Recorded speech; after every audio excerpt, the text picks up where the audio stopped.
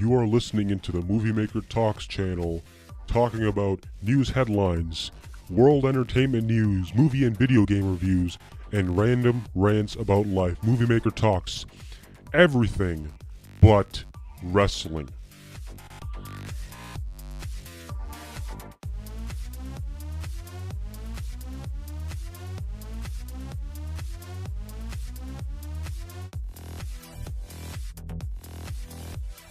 The official very first Movie Maker Talks video for you guys is now out. In this video, I will be talking about a very specific video game review. I will be reviewing The Walking Dead Season 3, Episode number 3.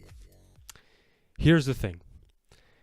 Why didn't I decide to do episode 1 and 2? Well, initially, the reason why that happened is because I thought of this idea for a second channel literally a few weeks ago. And I was like, wait a minute. I can't review episode 1 and 2. That was like 4 months ago. If I review that, people are going to be like, what the hell is wrong with you? So I decided, you know what? I'm going to talk about episode 3, and I will go back to episode 1 and 2 throughout this video, and I will talk to you about what happened as a little recap.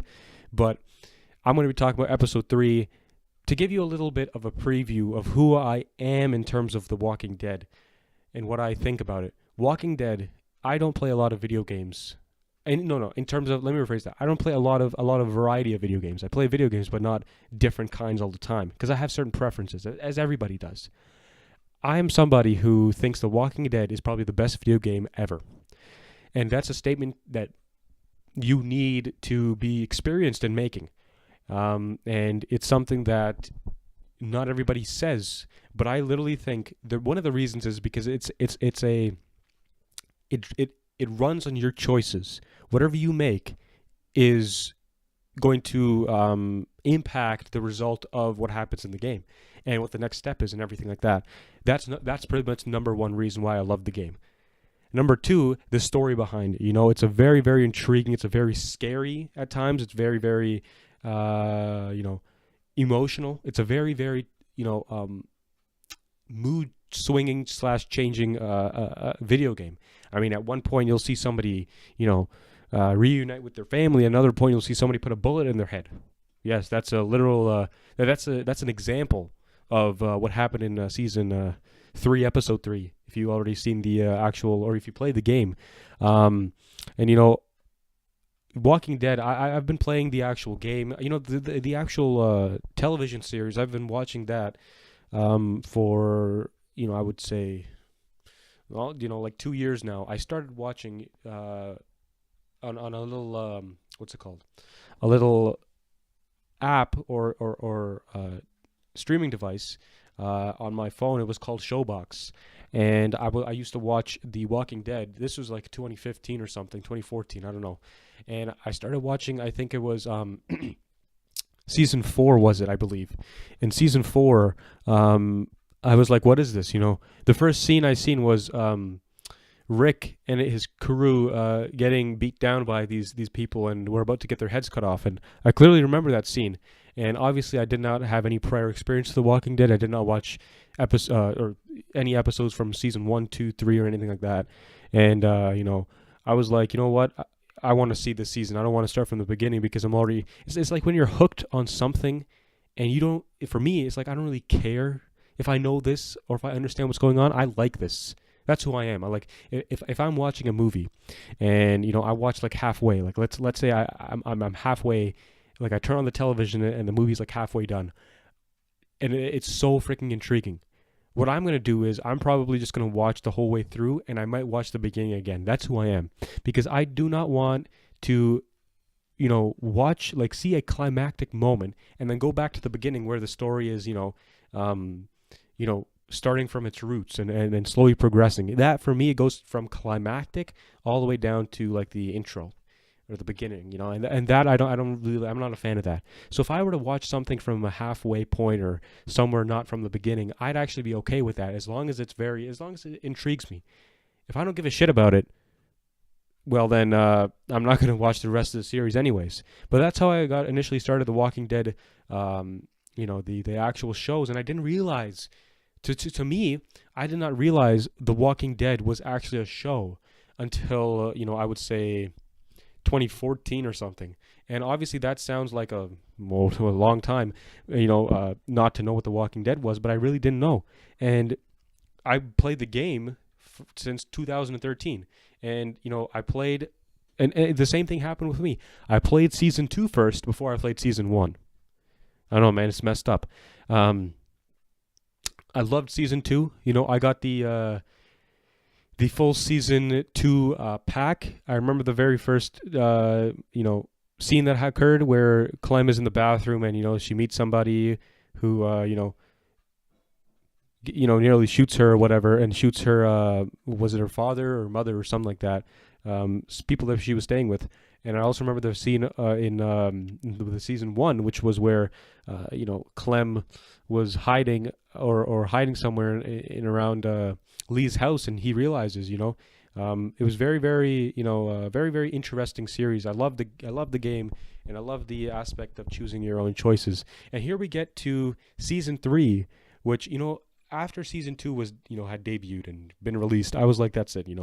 I don't think that season 3 is going to come out, and I was waiting for it. Like I was just sitting there beside my PlayStation waiting for it, and it didn't come. It was like months and months and nothing happened. And I was like, I tried to look online to see what the news was, and they said they didn't even know if they were going to release season 3.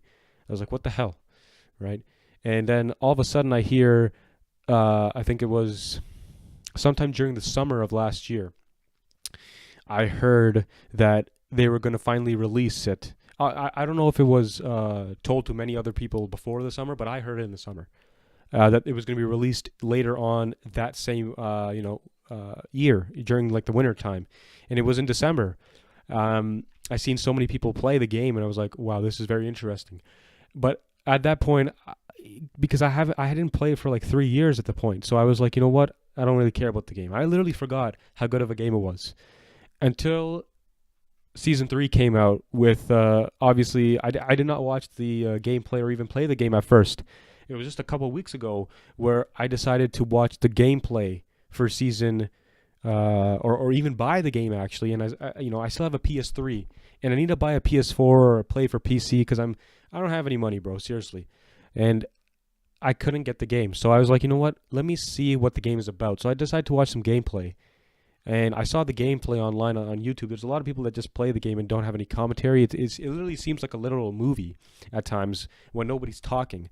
And that's normally what I like to watch. I don't go on YouTube to really watch, other than people reacting to things. I don't really watch like 2-hour streams of games by people playing them. I'd rather just see the game itself full screen and just, see it proceeding like a movie, right? Nobody really reacting to it. And so I saw that and I was like, wait a minute, this is The Walking Dead. I'm watching this again, and it's epic, right? I was like, what the hell? Like, I don't even know why I stopped watching this, right? And from that point, and I'm telling you right now, this was like literally a few weeks ago. It's not even that far ago. It's like the end of March, probably around the beginning of the March. I was like, yeah, I got to start doing this. I watched the first, episode, first 2 episodes actually. A lot of people had them combined together, and I was like, you know what? I'll watch this. I saw it. Bro, I sat down for what was like 4 hours, and I just watched the whole episodes, both of them, together. I did not get up to take a piss, did not get up to drink some water. I sat down and I watched it from beginning to end. I was like, man, this is what I was missing. And I'm telling you right now, there's a lot of people that criticize The Walking Dead because of a lot of certain things, and their job is to criticize. They get money for it, right? If they don't do that, they're not going to get paid. That's fine, right? But there's a lot of regular people that think, well, The Walking Dead isn't as great, that's your opinion. For me, it's like professional wrestling, and I said that I wouldn't compare a lot of things with professional wrestling, but it's like it, There's a lot of new sequences for movies and video games that aren't good as before. It's like professional wrestling. It's not as good as it was before, right? But there's still people that buy it, that play it, and because of that, Telltale, which is the the people that produce this game, they think that, well, everybody likes it, right? And the majority of people still like The Walking Dead, and as soon as season 3 came out, everybody was like, shit, this is going to be amazing. And a lot of people, for the most part, were satisfied.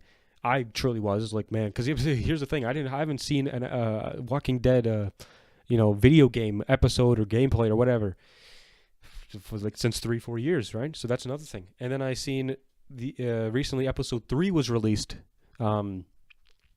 just this Tuesday, the 20, I believe the 27th or 8th or something like that.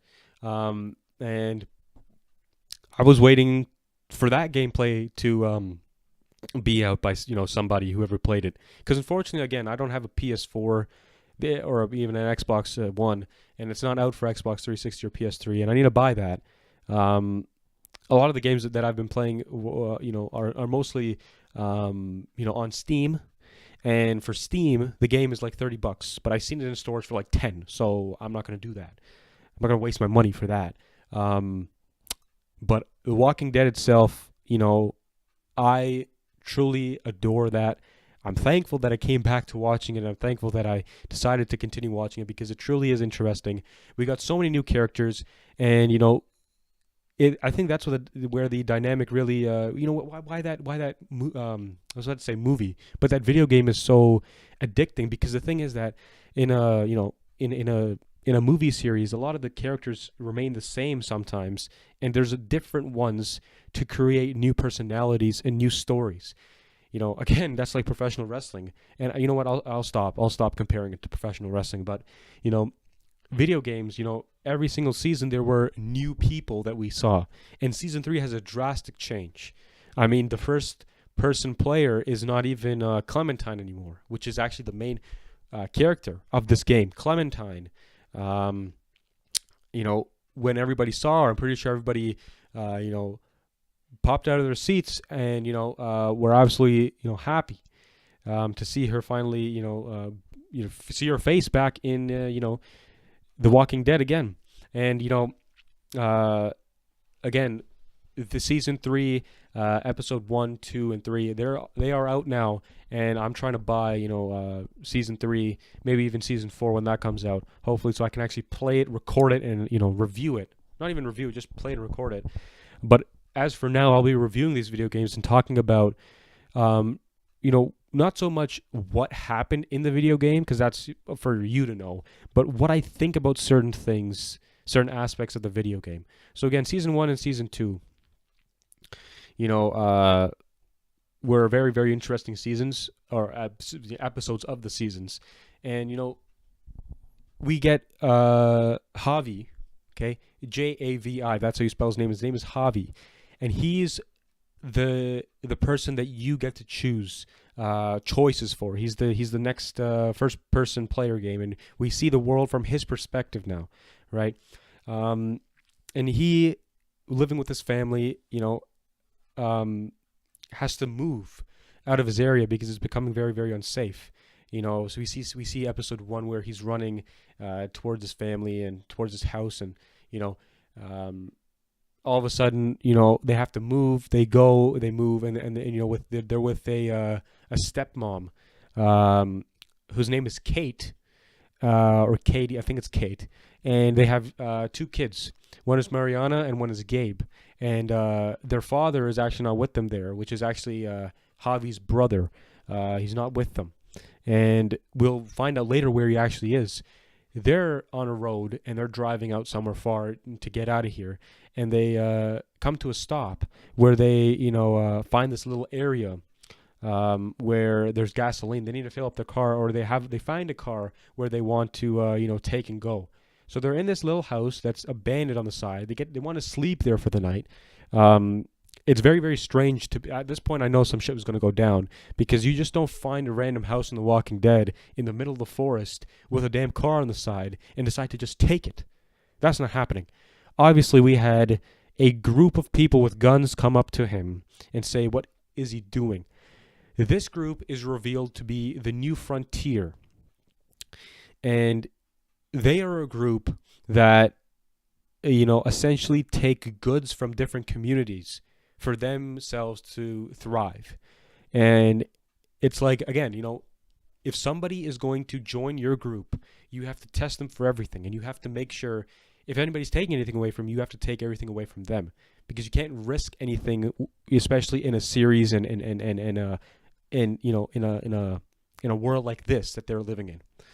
So again, they managed to, Javier managed to, be taken away, and he pretty much lied to them that there was nobody in the house. Although there was, they got, they escaped, and a lot of things went down from there. We got to see revelation of Clementine after the truck that they were driving in, got slammed by a tree, which was done by Clementine. We saw Clementine, initially talking about her being away from her group and her family, and wanting the truck or whatnot. And she's like, well, again, she had a gun on her as well, and she's very grown up now, more going into her teenager ages or years now. And then I'm just thinking, trying to recap right now from season 2, anything special we saw. We also saw the death of Mariana actually in season 1, I believe, which was very very very very upsetting as well. And the thing from that is that she was somebody who really liked listening to music and have her headphones over her. And I think Javi found some batteries in the abandoned house they were in, and they gave her the batteries to use for music. And as soon as she was picking them up off the ground, she got up and she said thank you, and a bullet went right through her head. And that was one of the moments that I remember from this point. And again, trust me, I've watched these videos a few weeks ago and I don't exactly remember. And once I seen that, I was like, shit, and we saw a lot of procedure from them. They got moved into another town where they met new people, who healed them up. We saw the change in story, or the change in location from where they initially were all the way to where they are now. And, all that recap, that was a quick recap of season 1 and 2. And then season 3, it begins, or the episode 3 actually, which is what I'm reviewing here right now. Episode 3 begins with Javi, Kate, and this is sort of a flashback that happens. So, again, Javi isn't exactly a likable character. He's not exactly one of those likable characters like Clementine. And what I try to mean by that is he's not somebody who is vulnerable, sort of, I guess, connecting, somebody you can seriously make a connection with. I mean, Clementine was, because she was a little girl who didn't really know shit. Well, she knew shit, but she was one of those people who had to go through so much and wasn't as experienced, more so was carried by a lot of other people. And if you were in that position, you'd be scared as well. And now we get Javi, who is somebody who, it seems like he's not more of a connecting character. He's more of another member of the gang.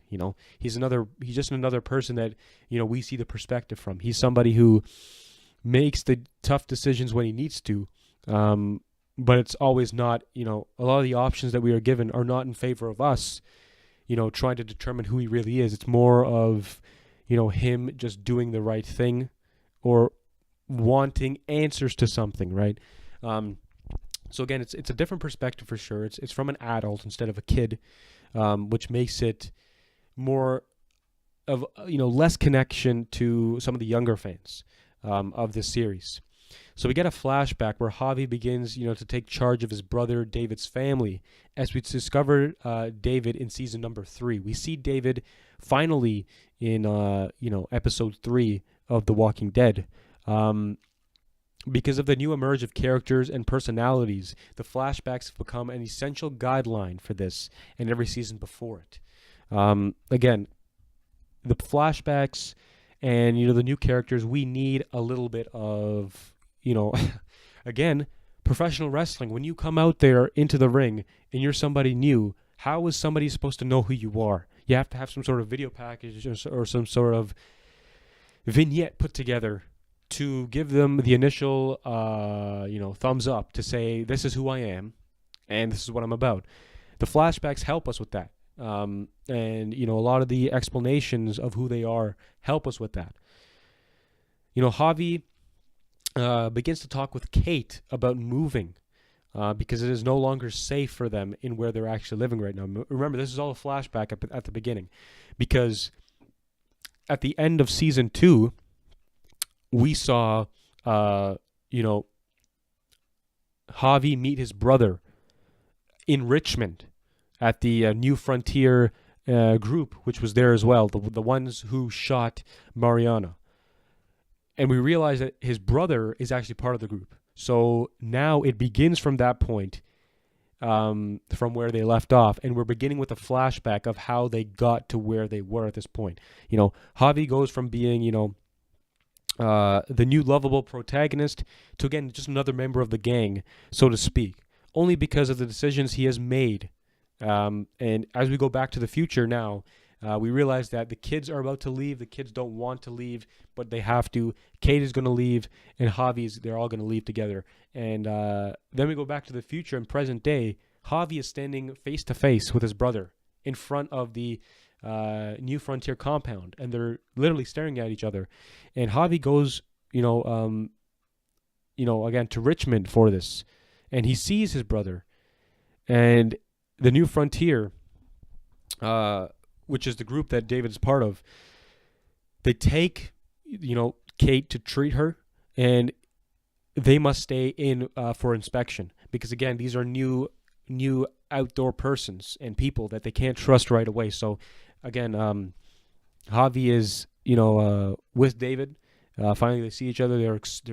He's freaking flabbergasted. Can't believe it. So they're exchanging hugs or whatever. And Gabe, which is the little kid, well, not the little kid, but he's a boy, obviously. He meets his dad, David, for the first time in a long time, right? But he doesn't get to see Mariana. Later on, throughout when they're exploring the compound, we see David and Javi. They're walking around talking about life and everything, and Javi brings up, or David brings up the fact of Mariana. How old is she? What happened to her and everything. And then, he pretty much says that she's gone. And they begin to explore the place, and they begin talking about their life. And Javi was, how he was living without his brother, and they were all pissed. Again, his brother wasn't there. And what happened with his niece Mariana, and also Kate being shot. They reveal that it was, again, one of the New Frontiers members that did this. So when David hears this, that, it was one of my guys, and then they announce the name of the guy who shot Mariana from the New Frontier, his name is Badger. Badger is the guy that shot her.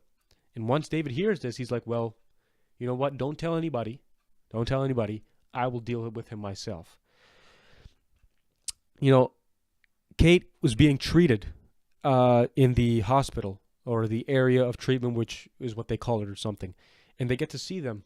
And, Javi is, again, a little bit concerned, because this is the group that, again, ambushed them, even though this is his brother. And this is where the love-hate relationship comes into play. It's because you can't, it's family again, right? But what they've done, what they represent, is very, very, unacceptable, or very, very hard for Javi to intake, right? Because he's seen what these guys have done, right? And,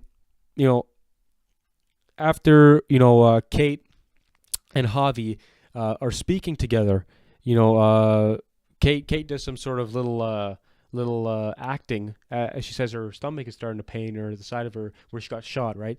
And David runs out to get some help with Gabe. And at that moment alone, they get some time to speak. So at this point, Kate is again saying that she doesn't trust this place. She's already had issues with David, actually, in the past, in season 2 and stuff. And at this point, he again understands her pain. That Javi, by the way, and he also agrees that sort of there are some issues going on around here. She explains to him that they must leave once they get a chance to, right? And he agrees, right? As they walk out, then again, David comes back to, bring Javi with him, and then they are walking along and they get introduced to these 2 new characters. And these characters, or at least one of them, is a very significant character throughout season, or at least this episode. Season 3, most likely it will. Clint and Joan, or Joanne, however you call her name, Joanne, I believe. So they're both involved in food settlements and contact with other settlements, in the communities. They are the people that organize food, that organize, everything for their settlements and their communities to thrive and grow. Remember when I talked about, how Javi was at the abandoned house and was looking for the, gasoline or whatever to put in his car, and he saw the New Frontier come up. And I explained that group is a group that is, very popular, well known in the game for taking other people's, food and goods. Well, now we realize that these people are actually the ones that run those, raids, or those, raids. But really right now, it's all just out there in the blue. We don't really know how these we understand the connection between these guys, but right now we don't know how, impactful these two, people can be, Clint and Joanne. At this point, the New Frontier is seen to Javi as a threat and yells at them. He yells at the New Frontier for taking Mariana's life, because he still remembers that. Again, this is the catalyst to the corruption, or the destruction of the relationship between the New Frontier and Javi, right? Because they could have earned his trust, but he initially knew that these guys were the ones that killed David's niece, right? And so that is where that is where the chord strikes in you. Like, you can't take somebody's orders and really say that that these guys are vulnerable, that they will do good to us. No. These people killed somebody that I really knew, and so he started to yell at them. And we don't really, again, we know that the attack was by one of their people, but don't know exactly who it was. We knew who it was, but don't know of why and how she was targeted, right? We don't know that. Again, we know it was Badger, as I said before. But at this point, they're like, they can't trust this guy anymore, because, he's somebody who is going to yell over us, insult us. We can't keep him here. So Javi is then kicked out. Like on the first day, he's kicked out. He's kicked out of the place, and then he's expected to leave. And, they tell them to move off to a little factory and stay there, because they can't stay here anymore. So they eventually meet up with Clementine as well, battling walkers and stuff. Then they show off a flashback of Clementine. So we all know that the New Frontier is not a good group, okay? We know that they're not a good group. At this point, we see what happened with Clementine and the New Frontier. Because as known previously, Clementine is actually somebody. She is actually one with the New Frontier. She has that mark on her arm. And that's where she originally was part of. The group she was part of, she got separated for this particular reason. A flashback with her and essentially her little kid that was her only family once she was split up with her family. His name is AJ. He's a baby pretty much. He's a kid. Looks like he's 2 or 3 years old. And, they were split up because apparently he was getting sick. She put some sort of injection in him that they said wouldn't work at all. So she wasted medication. It seems like the New Frontier kicks out anybody who really tries to, again, it's like dictatorship. You listen to everybody. Well, you listen to somebody. You disobey that rule. You won't get killed or something, but you can't stay here anymore because you're causing issues. It's like an army, or that wants all of their people to be healthy and 100% good. If you're not, you can't be in the army, or whatever. You executed, something like that, So Clementine did something wrong here at this point, but again, she cares for AJ. She's the only family that she has. He's the only family that she has. And so with that, apparently she wasn't going to, let AJ go, and, they forced her. This is where Clementine explains and proves why the New Frontier is no good, and how the connection of her and the New Frontier, went and the relationship between them. So now we realize that, well, okay, we're getting this from Clementine's perspective. We're getting this, idea of who the New Frontier is even more and more, and that they've caused more pains, to people. And here she's also trying to prove that David is actually a bad guy, right? David, in this case, it's like, don't judge a book by its cover.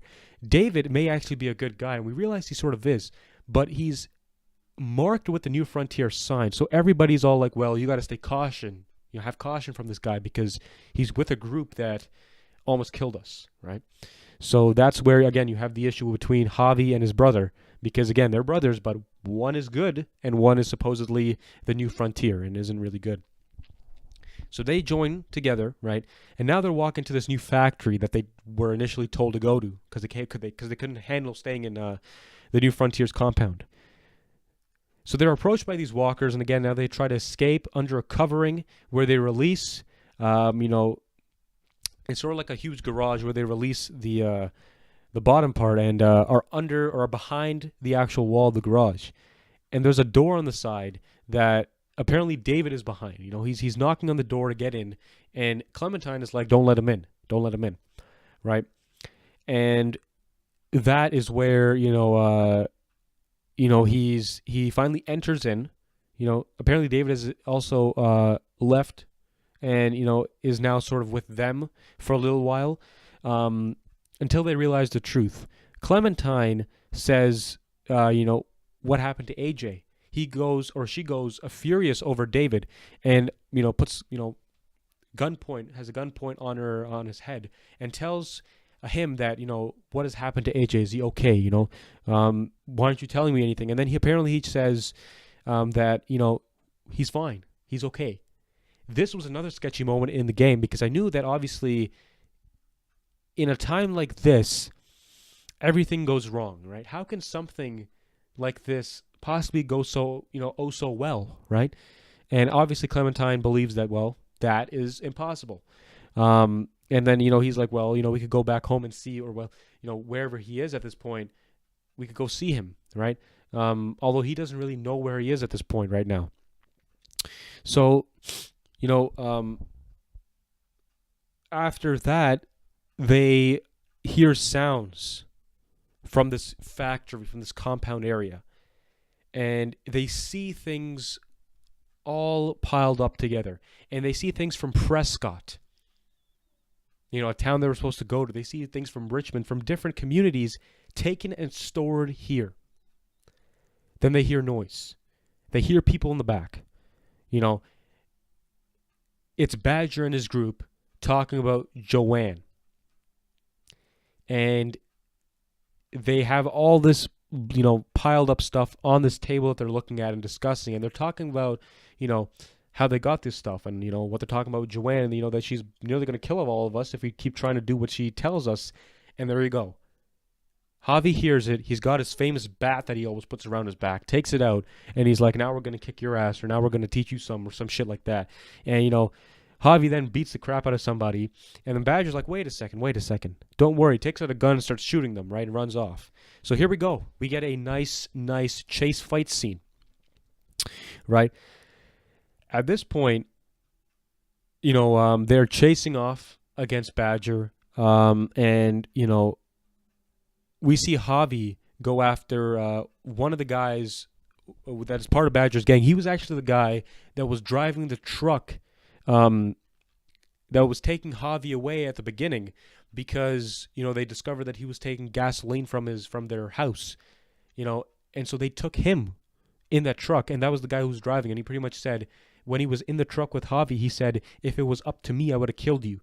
So at this point, Javi and that same guy are now, confronted together. And so they get a good, beat down together. It seems like Javi's about to get choked out, but then he takes a little glass cup and throws it on top of his head. And at the end, he's like, you killed Mariana, so I'm going to kill you now. And then he's like, fuck her, fuck you guys, everybody. And he just takes the bat and he beats the guts out of him. I'm not lying. There are guts on his hand bleeding. and he beats the crap out of him, and you get the option of beating the crap out of him or leaving him. A lot of people chose just to continue to beat the crap out of him. And you just saw his skull bashed in and the guts, the blood and everything just on the ground. And, very, very disturbing, but very, very needed. It was quite needed. And it was something that, a lot of people would say, essentially proved, that who really Javi is. He's somebody who wants redemption. He's another family man, right? Again, that shows us that he's not really a lovable character. But, I mean, if you were in that position, again, this is reality, right? You would do something like that. Maybe not that graphic, but you would do something nonetheless. Then they walk out. As they were running upstairs, they walk downstairs and they see Badger, with David. And at this point, they realize that Badger is running the whole plan behind JOAN, as they have stolen supplies from other towns. So again, as a fight breaks out, there are men being killed, and Badger reveals that JOAN is behind all of this. And doesn't that make much sense? Because they're running a group that takes goods from other communities and towns. JOAN is the runner of, taking, is the one that, is the connection between different settlements for food and stuff. So that makes total sense. I understand that. And then we realize, they're planning to make a plan to go back to Richmond to get their loved ones, because they realize that right now at this point, it's very, very dangerous. You can't have Javi there. He's been kicked out, and they realize what these people are capable of, and they want to get out of there. So they have to get back, and they have to take their loved ones out of Richmond. So Javi goes back to get Kate. Okay, so they're walking in the back, and Clementine here is like, well, you know what? It's my time to leave, okay? I'm going to help you with your plan, or I'm going to take, whatever I need and get that truck and get out of here, okay? Because apparently she was owed a truck from the beginning, because, well, she was owed something from Javi. And at this point, we see Javi get some sort of distraction, gets into Richmond, is with Kate in the hospital bed, and he says that they must leave right now while the son which is Gabe, is saying that he wants his dad, which is David. At this right now point, David is still, somebody who Javi and Kate are still a little wary on, because they can't trust him. Even though they try to trust him, he's with this group. Again, it's the initial mark that you have. He can't do anything. Gabe decides to stay, so he's not leaving. He wants his dad. So as soon as Kate and Javi are outside walking in the compound, that's where they exchange some words. They're like, well, you know what? I thought, and this was Kate that said it, she's like, I thought that Gabe was actually, somebody who considered me his mother, even though I didn't want to be a mother. I didn't really want to be a mom, and she became a stepmom. But Gabe doesn't regard her in that way. He still cares about his, son or his dad, which is, David. And Javi proceeds again to say the thing that always strikes us, that, he says, well, we are not his actual parents. It's David. And then we see the security guys that were distracted earlier on. They are now, well, the ones that find these two. And Kate runs away while Javi's caught. So now security catches him. There you go. So he's taken back to JOAN. And this is where everything goes down, okay? They bring him to JOAN, and then in front of David, Javi exposes JOAN and says she's been ordering the raids on communities for food and necessities needed to survive at the cost of their loved ones. And then JOAN is like, well, after the winter we went through, with all the food that we lost, with things we didn't have, you think I was going to let that go down? Do you think we really need to fight amongst ourselves? We need to take these things from other people. We need to survive. And obviously David agreed with Javi that she's delusional. And then says, well, I had to do this. I'm going to have to live with a lot of things that I did. And then guess what she says? She says, take them, lock them up. David and Javi are being locked up by JOAN. David, initially the person that was part of this group, now no more leads this group. Okay? And that's how we end off. We get that, and we end off episode 3 with that. My opinions. Amazing episode. This was a bridge from episode 1 and 2. A lot of people were saying that it wasn't, especially a very on the edge of your seat type of deal. Certainly, Walking Dead is always the edge of the seat type of deal. What I thought about this is that there weren't any unexpected deaths or any unexpected occurrences. I knew everything that was going to happen, and things I didn't know made sense to me, and I was like, okay, I get that. But it wasn't something that made me pop out of my chair. There wasn't somebody who died that was like shit. There wasn't anything like that. And I think what happens is, I think episode 1 and 2 were great. They were unexpected. A lot of things, and I think episode 3, it was a bridge from episode 1 and 2 into 4 and 5, and if they have any more after that.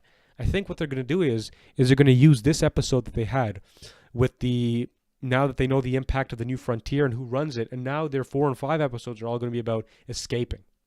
It's the initial reaction to the climax that occurs in the end, and you have to have your things that occur in the middle. Overall, it was a great episode.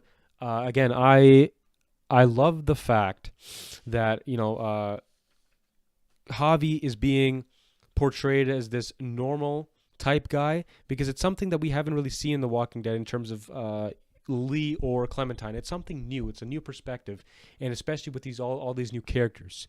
I